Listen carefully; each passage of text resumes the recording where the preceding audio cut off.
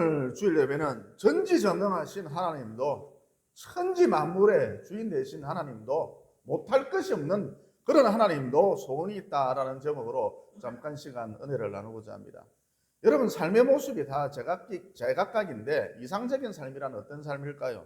일반적으로 세상 사람들은 돈을 많이 벌어서 편안하게 살아보자, 이게 그들의 이상적인 삶이죠.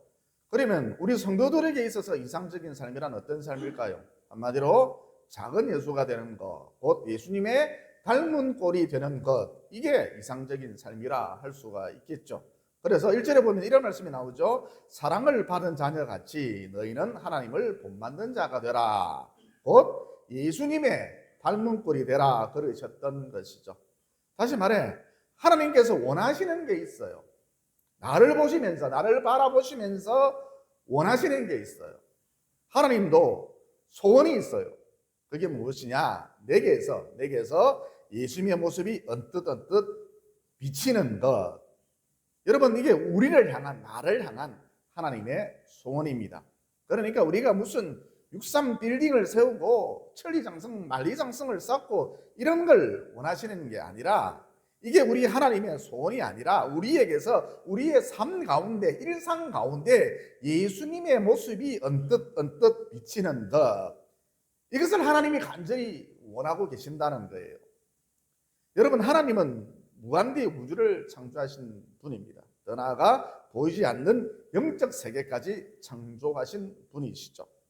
여러분, 이 보이는 세계, 넓고 넓은 우주, 사실상 무한대라 할 수 있거든요. 따라서 이 보이는 세계가 무한대라 할 때 보이지 않는 영적 세계란 무한대 플러스 무한대라 할 수가 있겠죠. 셋째 하늘이니까 얼마든지 이런 추측이 가능하겠죠. 그래서 우리가 이 다음에 천국에 가서 천국을 누릴 것인데 세세 무궁하도록 영원하도록 천국 구경을 해도 천국의 끝에 이를 수가 없다, 이런 결론에 다다를 수가 있습니다. 그러니까 우리 하나님은 너무너무 크신 분인데 천지 만물의 주인이신데 그 하나님 앞에서 천리장성을 쌓은들, 만리장성을 쌓은들, 63 빌딩을 세운들 이게 무슨 큰 의미가 있겠느냐 하는 것이죠.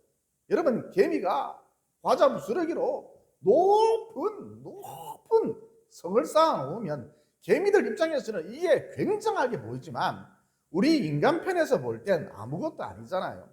마찬가지로 우리가 천리장성을 쌓아놓은들, 만리장성을 쌓아놓은들, 하나님 입장에서 볼 때에, 천지 만물의 주인 되신 하나님 입장에서 볼 때에 그냥 웃음만 나올 뿐이다, 귀여울 뿐이다 라는 거예요.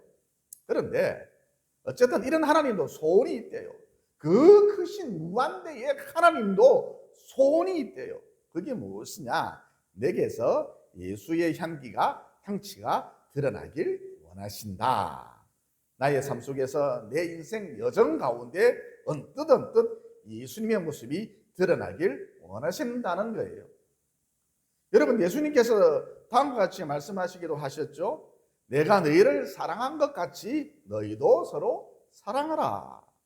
그러니까 앞서 말씀드렸듯이 창조주 하나님도 소원이 있는데, 못할 것이 없는 그 전능의 하나님도 소원이 있는데, 내게서 나의 삶을 통해 예수님께서 나를 사랑하신 것처럼 나도 다른 사람을 사랑하기를 원하신다는 거예요. 다시 말해, 내 삶을 통해 예수님의 사랑이 언뜻 드러나는 것, 내 인생의 여정 가운데 예수님의 사랑이 투영되는 것, 이게 창조주 하나님의, 천지 만물의 주인 되신 하나님의 소원이다라는 거예요. 서울에서 초대인 교회를 담임하고 계시고 또 중고등학교를 4개나 설립한 목사님께서 기도 중에 입신이 되어서 천국에 가셨답니다. 그런데 천국에 있는 자기 집이 너무너무 초라하더랍니다. 물론 천국에는 초라한 것이 있을 수 없겠죠.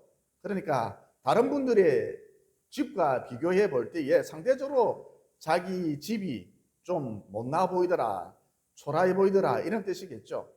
이어 천국에 있는 자기 집이 한창 지어지고 있는데 천사가 자기 집 거실을 구경시켜 주더랍니다. 그런데 자기 집 거실벽에 금빛으로 환하게 빛나는 상장이 하나 걸려 있더랍니다. 그래서 그 상장을 자세히 살펴봤더니, 즉 그 상장의 내용을 읽어봤더니 중학교 때, 중학교 2학년 때 추운 겨울날 몇 년도 몇 월 며칠 몇 시 몇 분 몇 초에 자기도 몹시 추웠음에도 불구하고, 그럼에도 불구하고 생명부지의 노숙자에게 자기 잠바를 벗어 주었음, 이런 내용이 적혀 있더랍니다.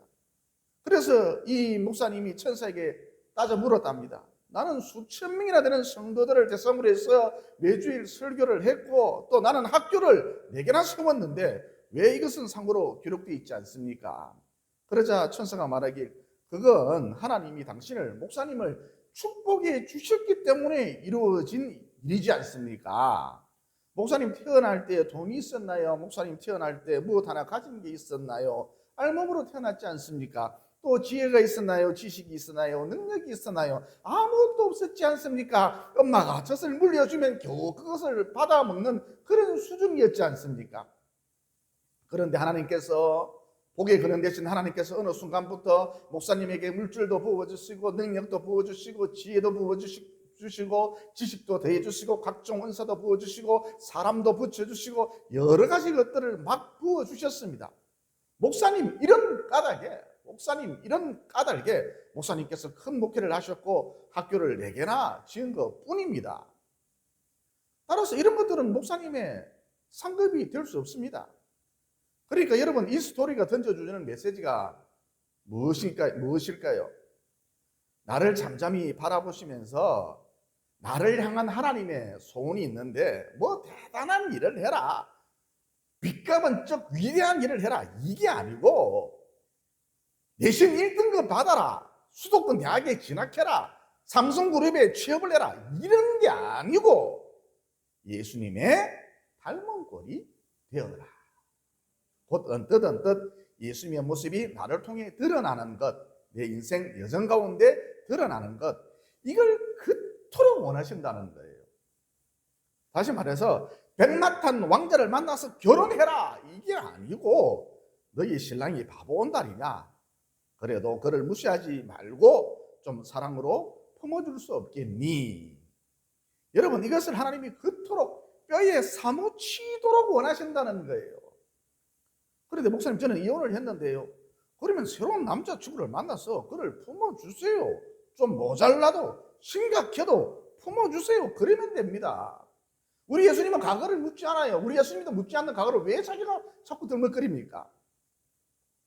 그 다음 예수님께서 이 땅에서 사역을 하실 때에 단 한 번도 하나님을 향하여 불만을 제기한 적이 없으셨거든요. 왜 나는 말똥냄새가 진동을 하는 마구간에서 태어나야만 합니까? 꼭 버려진 사람처럼, 사상아처럼 왜 나는 하필 마구간에서 태어나야만 합니까? 또 왜 나는 찢어지게 가난한 집에서 태어나서 목수 아버지 밑에서 하루 12시간씩 고된 일을 해야만 합니까? 학교도 제대로 다니지도 못하고 이게 도대체 뭔 꼴이래요, 하나님? 왜 나는 아무 잘못도 없는데 십자가를 져야만 합니까? 하나님, 여우도 제 굴이 있고 공중에서도 제 집이 있는데 나는 왜 단칸방도 하나 없습니까? 불만을 제기한 적 단 한 번도 없었죠. 대신 매 순간 감사할 것을 찾아서 감사하셨죠. 그러니까 창조주 하나님의 소원이 무엇이냐, 나를 잠잠히 바라보시면서 이런 예수님을 좀 닮았으면 한다는 거예요. 그리고 신약 성경에 보면 베스다 광야에 굶주린 군중들이 5천 명이나 앉아 있었지 않습니까? 여러분, 그때에 안드레가 물고기 2마리, 보리떡 5개가 든 어린아이의 도시락을, 참 형편없는 도시락이죠. 어린아이의 도시락을 예수님께 가져왔지 않습니까? 여러분, 그때 예수님께서 이것 갖고 니 뭐 어쩌자는 거냐, 지금 장난하냐, 지금 5천 명이 앉아 있는데. 하나님, 이게 뭡니까? 그러면서 불만을 제기하셨나요? 아니죠. 하늘을 우러러 보시면서 이번에도 감사하셨지 않습니까? 언제나 그랬듯 감사하셨지 않습니까? 이것이라도 있으니 얼마나 고마운 일인가, 이것이라도 있으니 얼마나 다행스러운 일인가, 그러면서 감사하셨지 않습니까? 그래서 어떤 일이 벌어졌죠? 어린아이가 가지고 온 도시락을 가지고 5천 명이 넘는 사람들이 배불리 먹었고 그 부스러기를 모으니 12강줄이나 되지 않았습니까? 그러니까 메시지가 무엇이에요? 불평은 모든 문을 닫아버리지만 감사하면 길이 생긴다는 거예요. 감사하면 길이 보인다는 거예요. 심지어 감사하면 너의 삶 속에도 예수님처럼 기적이 일어난다는 거예요. 그러므로 남은 인생 살아가실 때에 우리 주님의 닮은 꼴이 되셔서 어찌하든지 우리 주님께서 나를 사랑하신 것 같이 주변 사람들을 사랑해 주시고, 또 비록 지금의 상황이 최악이라 할지라도 우리 주님처럼 감사할 것을 찾아 감사하는, 그래서 내 삶 가운데에 있어서도, 내 인생 가운데에 있어서도 오병이어의 기적이 일어나는 위대한 삶을 사시고, 더불어 날마다 창조주 하나님의 소원을 이루어드리는 위대한 남은 여생 보내시기를 예수님 이름으로 진심으로 축원을 드립니다. 이거 좀 더 구체적으로 어떻게 사랑할 것인가? 여러분 2절에 보면 이런 말씀이 나오죠. 그리스도께서 너희를 사랑한 것 같이 너희도 사랑 가운데서 행하라. 우선 여러분, 그리스도께서, 예수님께서 우리를 어떻게 사랑하셨습니까?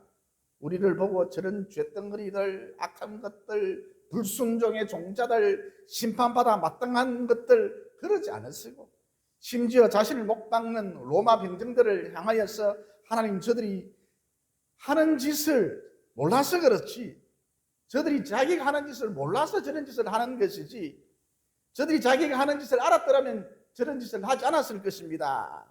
이렇게 변호까지 해주셨지 않습니까? 그리고 무엇보다 나를 구원하시기 위해 아낌없이 보혈을 흘러주셨죠.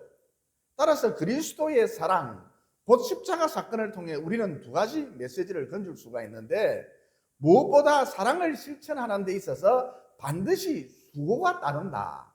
사랑을 실천하는 데 있어서는 반드시 희생이 따른다라는 것이죠. 여러분, 십자가 사건이란 수고와 희생의 정수 아닙니까? 십자가 사건이란 희생과 수고의 결정치 아닙니까? 희생과 수고의 다이아몬드 아닙니까? 그래서 십자가라는 끔찍스러운 사형틀임에도 불구하고 너무너무 가치 있게 보이죠. 너무너무 아름답게 보이죠. 심지어 고상하게 보이기까지 하죠. 그러니까 여러분, 내 인생이 좀 아름다워졌으면 하죠. 예수님처럼 가치 있는 인생이 되고 싶죠. 내 인생에 가치를 더하고 싶죠. 그러면 어떻게 해야 하는가? 한마디로 너무 뻔한 얘기인데, 사랑하기 위해서 수고하라는 것입니다. 사랑하기 위해서 희생하라는 것입니다. 대가를 지불하라는 거예요.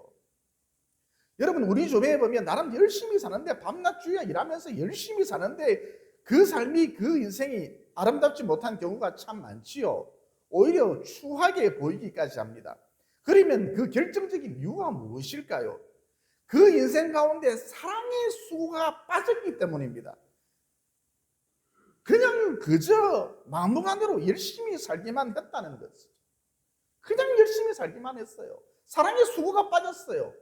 그러니까 그 인생이 추하게 보이더라는 것입니다. 그래서 앞서 말씀드렸습니다만 내 인생이 좀 아름다워졌으면 하죠. 예수님처럼 가치 있는 인생이 되고 싶죠. 인생의 가치를 나오고 싶죠. 예수님처럼 사랑에 대한 수고를 아끼지 말라는 거예요. 가치를 나오고 싶으냐? 너의 삶도 가치를 나오고 싶으냐? 예수님처럼 사랑에 대한 희생을 마다하지 말라는 거예요. 여러분, 미국에 가면 클라라 헬이라는 여자분이 계신데, 미국 대통령이 의회 연설을 할 때면 늘 기빈으로 초청이 되는 그런 훌륭한 분이시거든요. 이번에 미국의 트럼프 대통령이 의회에서 연설을 할 때도 어김없이 초청이 되었습니다. 여러분, 클라라 헬이라는 분, 뉴욕 할렘가에서 빈민가에서 태어나셨고, 그녀가 초등학교 5학년 때 아버지가 이 사람과 싸우다가 다투다가 그만 총에 맞아서 죽었습니다. 이어 그녀의 나이 16살 때 어머니마저 교통사고로 돌아가셨죠. 그래서 클라라 헤일, 이 사람 의지할 곳이 없으니까, 의지할 대상이 없으니까 일찍 서둘러서 결혼을 했습니다. 그런데 좀 부자 신랑을 만났으면 참 좋았을 텐데 아주 가난한 신랑을 만났답니다.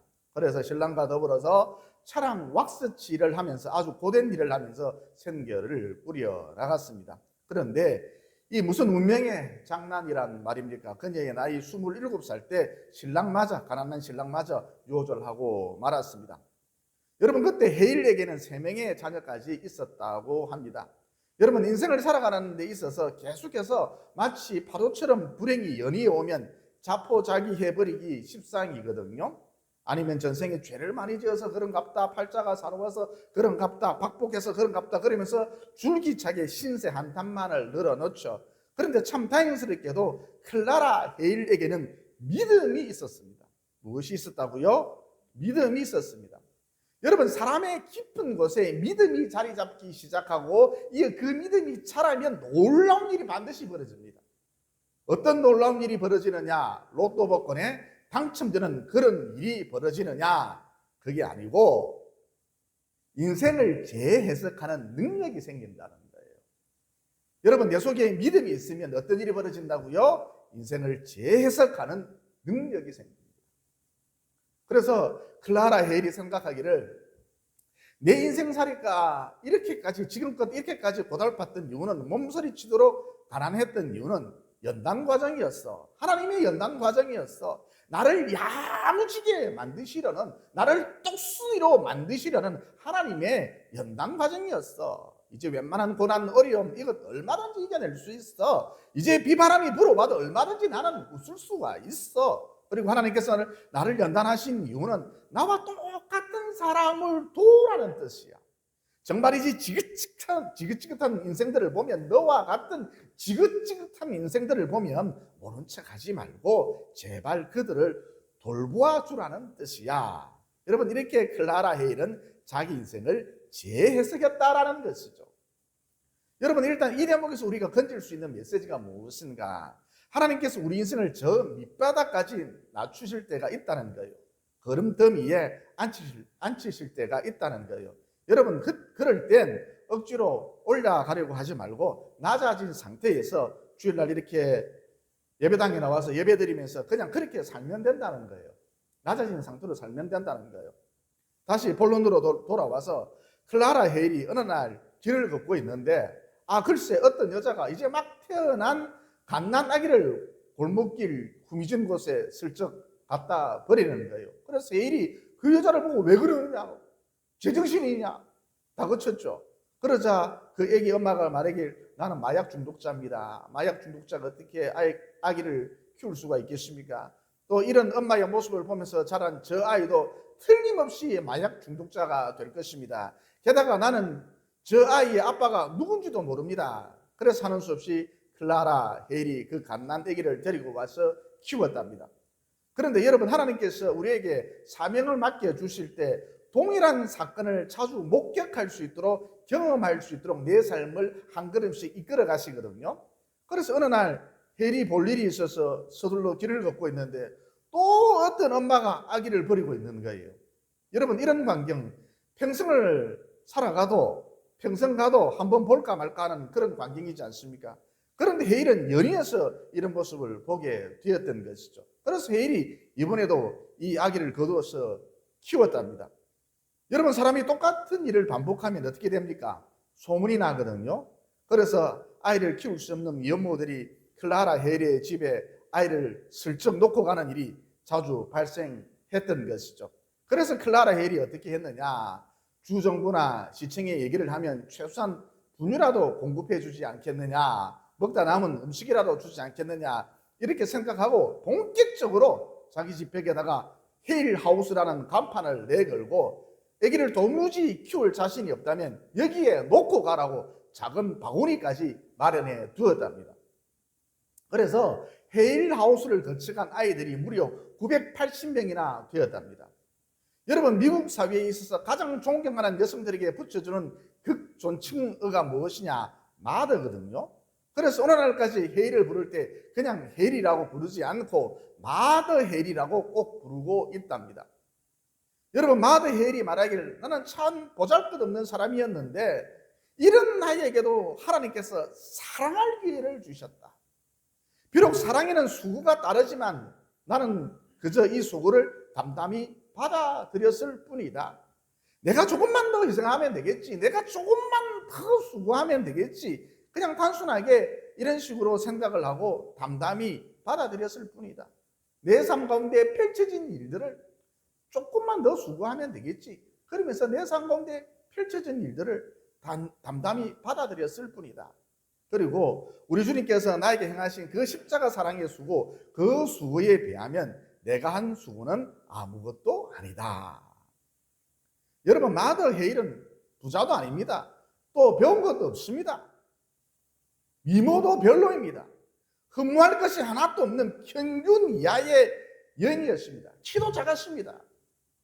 그런데 여러분, 그녀의 삶이 우리 주님처럼 너무너무 아름답지 않습니까? 예쁘지 않습니까? 가치 있어 보이지 않습니까? 고상하지 않습니까? 감동적이지 않습니까? 그러므로 한 번뿐인 내 인생, 두 번의 기회가 주어지지 않는 내 인생, 우리 주님처럼 사랑의 수고를 마다하지 않음으로써 날이 갈수록 고상하고 아름다움이 더해질 뿐만 아니라 내 인생 가운데 영원한 가치를 부여하는 위대한 남은 여생 보내시기를 예수님 이름으로 진심으로 축원을 드립니다. 그 다음 또 한 가지는 예수님처럼 사랑한다는 것은 상대방을 존중해 주는 것이다. 이것을 깨달을 수가 있죠. 여러분, 예수님께서 우리를 존중해 주시지 않았다면 십자가를 지시지 않았겠죠. 저런 악한 것들, 저질들, 조상 대대로 어머니의 태에서부터 죄를 물려받은 것들, 자기밖에 모르는 것들 마땅히 벌을 받아야 해. 그러면서 모두 지옥 심판대 앞에 세우셨겠죠. 그리고 요한 1서 4장 18절에 보면 이런 말씀이 나오죠. 사랑 안에 두려움이 없고 온전한 사랑이 두려움을 내어 쫓나니. 그러니까 이 말씀이 여러분 무슨 말씀이냐면 사람의 마음 가운데 왜 두려움이 엄습해 오는가? 상대방을 존중해 주지 않았기 때문이다라는 거예요. 예를 들어서 제가 아내를 막 무시하잖아요. 바보야, 뭉충아, 그러면서 막 무시하잖아요. 그러면 내가 아내를 무시했기 때문에, 짓밟았기 때문에 필시필경 아내도 나를 무시할 거야. 뻔해. 반드시 나를 무시할 거야. 나를 인간 취급해 주지 않을 거야. 이런 두려움에 즉시 사로잡힌다는 것이죠. 여러분, 구약 성경에 보면 계속되는 가뭄으로 인해서 요셉의 형들이, 요셉이 이집트의 국무총리가 된 줄을 모르고 이집트에 쌀을 구하러 갔지 않습니까? 여러분, 그때에 요셉의 형들은 요셉을 알아보지 못했지만 요셉은 이들이 자기 형들이라는 것을 즉시 알아보고 없어진 막내를 데려오라고 하지 않았습니까? 안 보이는 막내를 데려오라고 하지 않았습니까? 그러자 그들이, 요셉의 형들이 다음과 같이 말하지 않았습니까? 창세기 42장 21절입니다. 그들이 서로 말하되, 즉 요셉의 형들이 서로 말하되 우리가 아우의 일로 말미암아 범죄하였도다. 그가 우리에게 애걸할 때에 그 마음의 괴로움을 보고도 듣지 아니하였으므로 이 괴로움이 우리에게 임하도다. 여러분, 요셉이 안 보이는 없어진 막내를 데려오고 오라고 했을 때 형들이 대충 둘러대면 될 것 아닙니까? 우리에게는 요셉이라는 막내가 있기는 있었는데 병으로 죽었습니다. 마차에 치여서 죽었습니다. 양을 치다가 벼랑에서 떨어져 죽었습니다. 이렇게 대충 둘러대면 될 것 아닙니까? 그런데 이렇게 하지 못하고 그들은 지금 이 순간까지도 두려움에 사로잡힌 채 벌벌 떨고 있었거든요. 또 그들이, 요셉의 형들이 요셉을 이집트의 노예로 팔아버린 일 무려 20년 전 일이거든요. 까마득한 과거의 일이죠. 까마득한 과거의 일이었죠. 그런데 그럼에도 불구하고 그들이 여전히 두려워하고 있거든요. 그러니까 메시지가 무엇이냐? 상대방을 존중해 주지 않으면, 상대방을 짓밟아 버리면 그만 내 마음 가운데 두려움이 생기고 이 두려움이 항상 나를 짓누른다라는 거예요.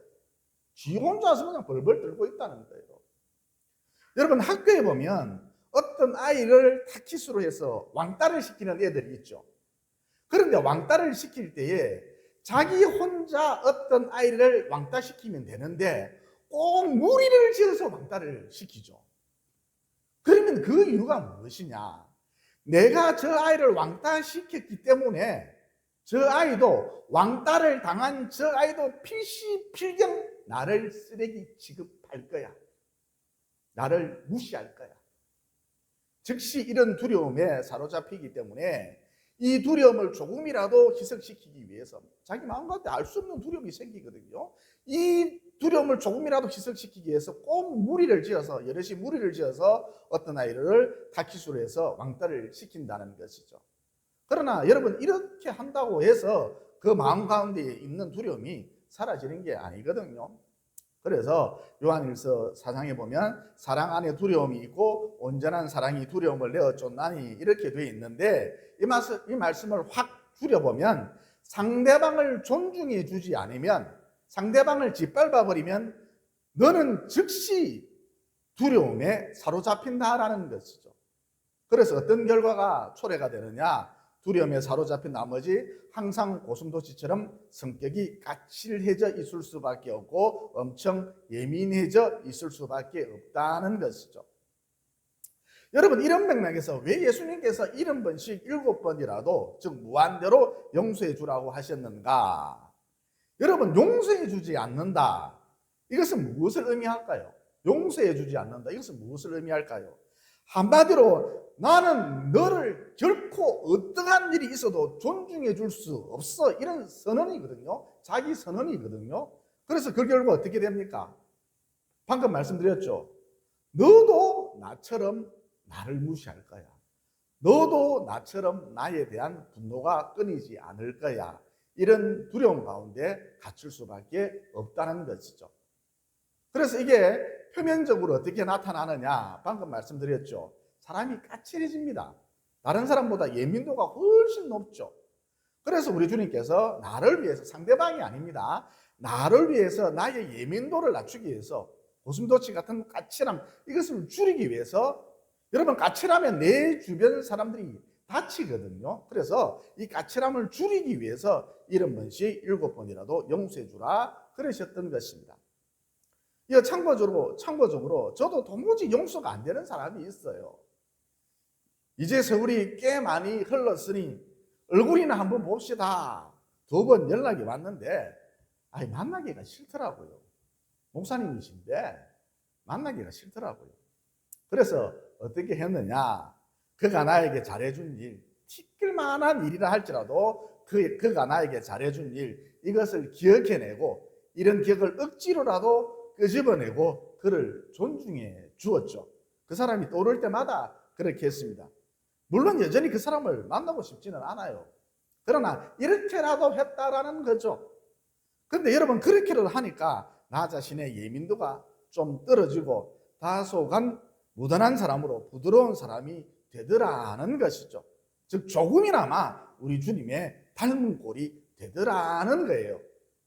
그리고 여러분이 어떻게 느끼실지 모르지만 저는 몇 명이 안 되는 우리 성도들이지만 진심으로 여러분들을 존중하고 있거든요. 저보다 100배나 더 나은 사람이다 이렇게 존중을 하고 있거든요. 그런데 이렇게 하니까 여러분과의 관계가 참 돈독해지더라는 것이죠. 그러니까 여러분 관계를 돈독하게 만들려면 다른 거 다 필요 없습니다. 오직 하나 상대방을 존중해 주면 된다는 것이죠. 덧붙이 하나 더 예를 든다면 제가 열심히 카톡을 보내주는데 도무지 답장이 오지 않는 거예요. 이런 사람이 제 주변에 딱 한 사람이 있습니다. 일 표시는 없어지는데 답장이 전혀 안 옵니다. 그래서 이것 봐라, 나를 무시하네, 이런 생각이 들더라고요. 그런데 여러분 방금 말씀드렸듯이 상대방을 존중해 주지 않으면 그 상대방도 나를 무시할 거야, 상대방도 나를 무시할 거야 라는 두려움에 즉시 사로잡히거든요. 그러니까 상대방을 존중해 주지 않으면 상대방도 나를 쓰레기 취급할 거야 라는 두려움에 즉시 사로잡히거든요. 그래서 제가 어떻게 생각을 바꾸었느냐? 무슨 사정이 있어서 답장을 하지 않겠지. 핸드폰 자판을 치는 것 능숙하지 않은 사람도 서툰 사람도 많잖아. 또 답장을 안 해주는 것이 곧 무소식이 희소식이야 이렇게 생각하는 사람도 많잖아. 이건 그 사람의 개성이야, 그 사람의 스타일이야. 그래서 답장이 오지 않을 뿐이야. 여러분 이런 식으로 그를 존중해 주었습니다. 이후 이 사람을 우연찮게 길에서 만났는데 제 마음 가운데 아무런 섭섭한 감정이 없는 거예요. 여러분, 섭섭한 감정이 없다, 끄림칙함이 없다, 이게 무엇이냐 하면 한마디로 상대방이 나를 무시했다라는 두려움이 사라졌다, 이런 의미거든요. 여러분, 이와 같이 존중해주면 사랑은 두려움을 내쫓나니, 여러분, 이와 같이 존중해주면 어떻게 하는지 내 생각을 바꾸어서라도 존중을 해주면 내 마음 가운데 무엇이 사라진다? 두려움이 사라진다는 거예요. 그리고 여러분, 이 사람이 말을 거절했잖아요. 답장도 안 해주고. 그런데 그럼에도 불구하고 내가 생각하기를 무슨 사정이 있어서 그럴 거야, 그러면서 그를 존중해 주니까 어떤 사람이 저에게 감당하기 어려운 부탁을 했을 때 거절하는 게 쉽더라는 것이죠. 그것은 못 해줍니다. 거절에 대한 부담감이 확 줄어들더라는 거예요. 왜냐, 제가 거절당했을 때 무슨 사정이 있을 거야, 그럴 만한 사정이 있을 거야, 이렇게 존중해 줬잖아요. 거절당했을 때 여전히 상대방을 존중해 줬잖아요. 이런 경험이 있잖아요. 그래서 지금 저에게 부탁을 하는 이 사람도 나처럼 나와 동일하게 나처럼 무슨 사정이 있어서 내 부탁을 안 들어줄 뿐이야, 이렇게 생각을 할 것이다. 곧 나를 존중해 줄 것이라 생각했기 때문인 것이죠. 그래서 거절에 대한 부담감이 현저히 확 줄어들더라는 거예요. 그러므로 남은 여생을 살아가실 때에 우리 주님처럼 다른 사람을 존중해 주셔서, 또 70번씩 7번이라도 용서해 주셔서, 아니면 나를 좀 짜증스럽게 한 그 사람이 생각날 때에 티끌만큼이라도 나에게 잘해준 것을 기억을 해내셔서 그 기억을 억지로라도 끄집어내셔서 내 마음 가운데 있는 모든 두려움을 쫓아내는 영적 능력자들이 모두 되시기를 예수님 이름으로 진심으로 축원을 드립니다. 기도드리겠습니다. 사랑의 하나님, 오늘 말씀을 통해 무한대의 창조주 하나님도 세상 모든 만물의 주인 되신 하나님도 소원이 있다. 그것은 우리가 만리장성을 쌓고 금메달을 따는 것이 아니라 우리가 주님의 닮은 꼴이 되는 것이다라는 진리를 깨닫게 되었습니다. 그러므로 어찌하든지 우리 주님처럼 사랑의 수고를 아끼지 않음으로써 내 인생이 날이 갈수록 고상해지며 내 인생 가운데 영원한 가치가 심겨질 수 있도록 도와주시옵소서.